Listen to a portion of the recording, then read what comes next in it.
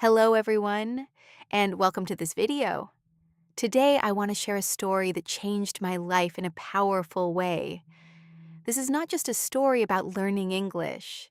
It is a story about new chances, big dreams, and real change. Before I started learning English, my world was small. I had dreams, but I didn't know how to reach them. But when I began learning English, everything started to change step by step. English is not just a subject in school. It is a tool that can open doors to better jobs, new countries, and new people. If you want to become a doctor, an engineer, a businessman, or anything great, English can help you get there faster. It connects you to the world. Without English, many opportunities can stay closed. But with English, you can explore, grow, and build a better future. And the best part is this: you don't need to be perfect to start. You just need to begin. Small steps every day can change your life in a big way. Now, I want to ask you something. What is your dream? And what is stopping you right now? Write your answer in the comments. I read every comment, and I really want to know your story. My name is Sophia, and I grew up in a small, quiet town in Brazil. Life there was simple and calm. My family was not rich, but we always had enough food, a home, and support for each other. My father worked very hard as a taxi driver. He often came home late, tired, but he never complained. My mother was a school teacher. She loved her job and always tried to help her students learn and grow. From a young age, my parents taught me an important lesson. Education can change your life. They always said that knowledge is something nobody can take away from you. Even when life is difficult, learning can help you move forward. We did not have expensive things, but we had strong values, discipline, and big dreams. Every evening we sat together, talked about our day, and my parents reminded me to study and never give up. Those simple moments shaped who I am today. When I was 10 years old, something happened that changed my life forever. My younger brother suddenly became very sick. He had a high fever, and we were very scared. My parents took him to the hospital, and I went with them. I remember that moment very clearly. Everything felt stressful and uncertain. Then a doctor came into the room. He was calm, confident, and very kind. He spoke to my parents in a quiet voice and told them not to worry. He carefully checked my brother, gave him medicine, and stayed focused on his work. I watched everything he did. After some time, my brother started to feel better. His fever went down, and he was safe again. At that moment, I felt something strong inside me. I realized how important this job is. The doctor did not just help my brother. He gave our family hope. Right there, in that hospital room, I made a decision. I told myself, one day I want to become a doctor and help people too. As I grew older, I started to understand more about my dream. I learned that becoming a doctor is not only about helping people, but also about studying a lot. And then I discovered a serious problem. Almost everything in medicine is in English. Medical books, research articles, university programs, even communication with other doctors. All of it uses English. At first, I didn't think it was a big issue, but when I tried to read simple medical texts, I understood almost nothing. My English was very weak. I only knew basic words and short phrases. Long sentences confused me, and I felt lost. It was frustrating because I had a big dream, but I didn't have the skills I needed. Slowly, I realized the truth. Without English, I could not move forward. It was like a wall in front of me. If I wanted to become a doctor, I had to break that wall and improve my English, no matter how difficult it was. At school, my English was very weak and every lesson felt difficult. I could understand only very simple words, but full sentences were too hard for me. I often felt lost during class, and I was afraid to speak. One day, my teacher asked me to read a short text aloud. It looked easy, but when I started, I couldn't say the words correctly. I stopped in the middle of the sentence and didn't know what to do. The classroom became very quiet for a moment, and then some students started to laugh. That moment hurt me deeply. I felt embarrassed, small, and very uncomfortable. I wanted to disappear. After that, I stopped raising my hand and tried to stay invisible in class. When I came home, I sat alone and thought about my future. I asked myself, how can I become a doctor if I can't even read simple English? I felt hopeless, and for the first time, I started to doubt my dream. One evening, my father came home after a long day at work. He looked tired, but when he saw me sitting quietly, he understood that something was wrong. He sat next to me and gently asked, "Why are you so sad?" For a moment, I didn't know what to say, but then I told him the truth. I said, "I want to become a doctor, but my English is very bad. Without English, I cannot reach my dream." He stayed silent for a few seconds and thought carefully. Then he looked at me and said something simple but powerful. "If English is the problem, then go where people speak English." I was surprised. It sounded like something impossible for our family. I said, "But we don't have enough money for that." He smiled and answered, "We may not have much, but we have enough to try. Your dream is important." In that moment, I realized that he believed in me more than I believed in myself, and that gave me new strength. My parents made a very big sacrifice for me. They did not have a lot of money, but they decided to use their savings to send me to Canada. It was not an easy decision. They worked for many years to save that money, and now they were using it for my future. I knew how important this was, and I felt both grateful and nervous at the same time. We spent many evenings talking about the plan, choosing a school, and preparing documents. Everything felt real and a little scary. The day I had to leave was very emotional. At the airport, my mother held my hand and looked into my eyes. She said, "Don't give up, no matter what happens." I could see tears in her eyes. I hugged my parents tightly and promised them, "I will not give up. I will make you proud." With one suitcase, a small amount of money, and a big dream, I got on the plane and started a new chapter of my life. When I arrived in Canada, everything felt new and unfamiliar. The first thing I noticed was the cold weather. In Brazil, it was always warm, but here the air was freezing and my hands felt like ice.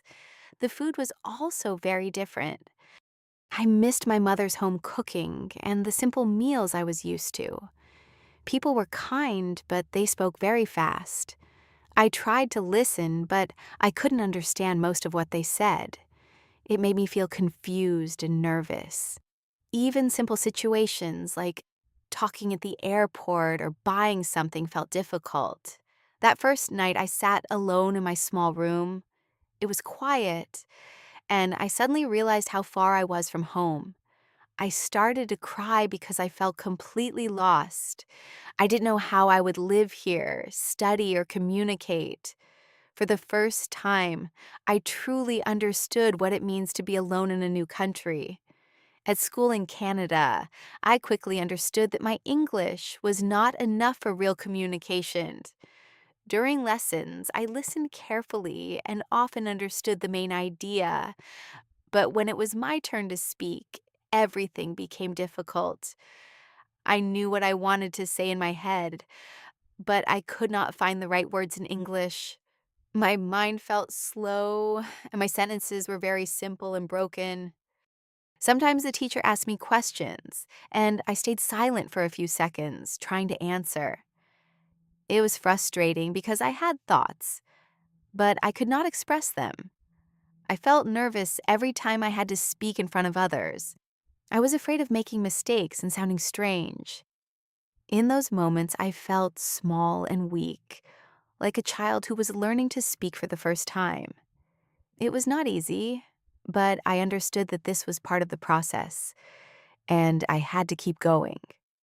One night, after another difficult day, I sat alone and thought about my situation. I felt tired of being afraid and tired of feeling weak. At that moment, I made a clear decision. No more excuses, no more fear. If English was the key to my future, then I would learn it, no matter how hard it was. I took a notebook and started to write a simple plan. I decided that every day I would practice English, even if it was just for a short time. I would learn new words, speak out loud, and listen to English as much as possible. I also promised myself that I would not be afraid of mistakes anymore. This plan was not perfect, but it was clear and real. The most important thing was that I fully committed to it. I understood that progress would take time, but I was ready to work every single day to reach my goal. After I made my plan, I started using simple but effective techniques every day. First, I began speaking to myself in English. It felt strange at the beginning, but it helped me practice without fear. I described what I was doing, what I saw around me, and what I was thinking. This helped my brain get used to English. Second, I learned a few new words every day. I didn't try to learn too many at once. I focused on small steps and used each new word in a sentence. This made it easier to remember them and use them in real life. Another important change was that I stopped using subtitles when watching videos. Before, I was reading instead of listening. Now I force myself to listen carefully and understand by context. It was hard at first, but over time, I started to recognize more words and phrases. Little by little, I saw progress. It was slow, but it was real, and that gave me motivation to continue. One day, I decided to do something that scared me a little. I went to a small coffee shop near my school and told myself, "Today, I will speak only in English." My heart was beating fast when I stood in line. I was afraid that I would not understand the question or say something wrong. When it was my turn, the barista smiled and asked, "What would you like?" I took a deep breath and said, "I would like a cappuccino, please." She asked another question about milk, and this time I understood it. I answered correctly. The conversation was very short, but it was real. When I got my coffee, I felt something amazing. I did it. I spoke in English, and I was understood. It was a small step, but for me, it felt like a big victory. That moment gave me confidence and showed me that I was moving forward. Life in Canada was much more expensive than I expected. Every month I had to pay for rent, food, transportation, and my English classes. To cover these costs, I found a part-time job in a small cafe. My days became very busy. In the morning, I went to school and tried to focus on my lessons.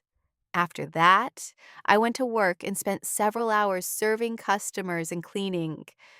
When I came home in the evening, I felt very tired, but I knew I still had to study. I reviewed new words, practiced speaking, and listened to English. Sometimes I wanted to rest and do nothing, but I reminded myself why I came to Canada. It was not easy to live like this every day. I missed my family and my home. But even when I felt exhausted, I didn't stop. I understood that this hard period was part of my journey, and I had to keep moving forward no matter what. After a few months of daily practice, something surprising happened. One day, I was at a store, and the cashier asked me a simple question. Without thinking, I answered immediately in English. Only a few seconds later, I realized what had happened. I didn't translate the sentence in my head. I didn't think in my native language first.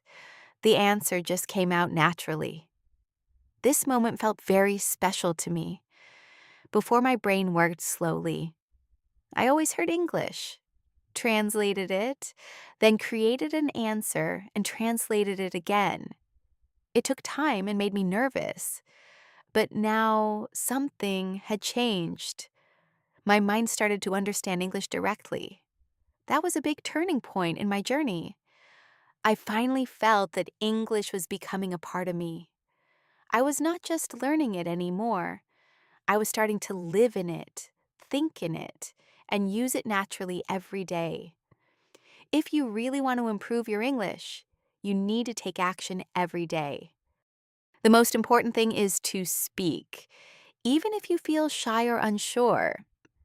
You don't need perfect grammar or a big vocabulary to start. Just use what you know and try to express your thoughts.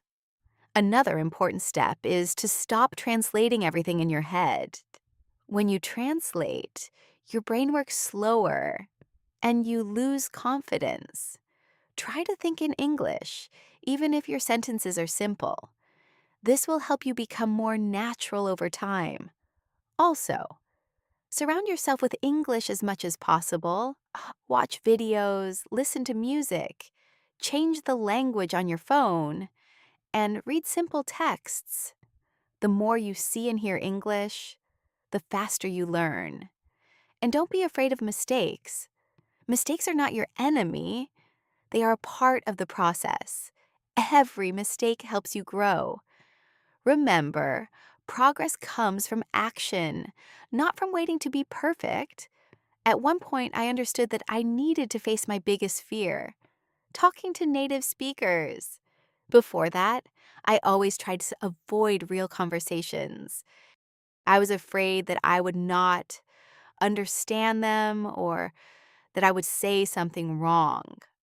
But I knew that if I wanted to improve, I had to step out of my comfort zone. So I started forcing myself to speak with people in real situations. I talked to coworkers, asked questions in shops, and tried to have small conversations every day.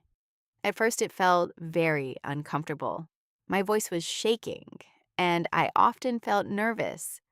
Sometimes I didn't understand everything, but I kept going. Slowly, things began to change. I started understanding more, and speaking became easier. With every conversation, my confidence grew stronger. I realized that native speakers are just people, and they are usually kind and patient. Step by step, fear turned into confidence. After I became more confident, I wanted to improve my English even more. I started using a method called shadowing. This means I listened to native speakers and repeated what they said right after them. I tried to copy not only the words, but also the speed, tone, and pronunciation. At first, it was difficult to follow, but with practice, I became better. I also started writing down my mistakes. Every time I said something wrong or used incorrect grammar, I noted it in a small notebook. Later, I checked the correct version and practiced it again. This helped me understand my weak points and avoid repeating the same errors. These methods required time and effort, but they worked. Day by day, my speech became smoother and more natural. I didn't sound perfect, but I felt more comfortable and confident when speaking. I could express my thoughts more clearly, and people understood me better. To improve faster, I understood that I needed real communication, not only study. So I started to join different events in the city. I went to small meetups, student groups, and local activities. At first, it was a bit uncomfortable because I didn't know anyone. But I told myself that this was part of my growth. I began meeting new people from different countries and also native speakers. We talked about simple things like hobbies, work, and daily life. These conversations were not perfect, but they were real. I made mistakes. Sometimes I didn't understand everything, but I kept trying. Little by little, I felt more relaxed. Speaking became easier, and I started enjoying conversations. I also made a few friends, which helped me feel less alone. I realized that real communication is the best practice. Books and lessons are important, but talking to real people helped me improve faster than anything else. There was a very difficult moment in my life when I almost lost everything. After paying for rent, food, and classes, I checked my bank account and saw that I had almost no money left. I felt scared and stressed. I didn't know how I would continue living like this. For the first time, I seriously thought about giving up and going back home. That evening, I sat alone in my room and felt completely exhausted. I asked myself, was this a mistake? Maybe I am not strong enough for this.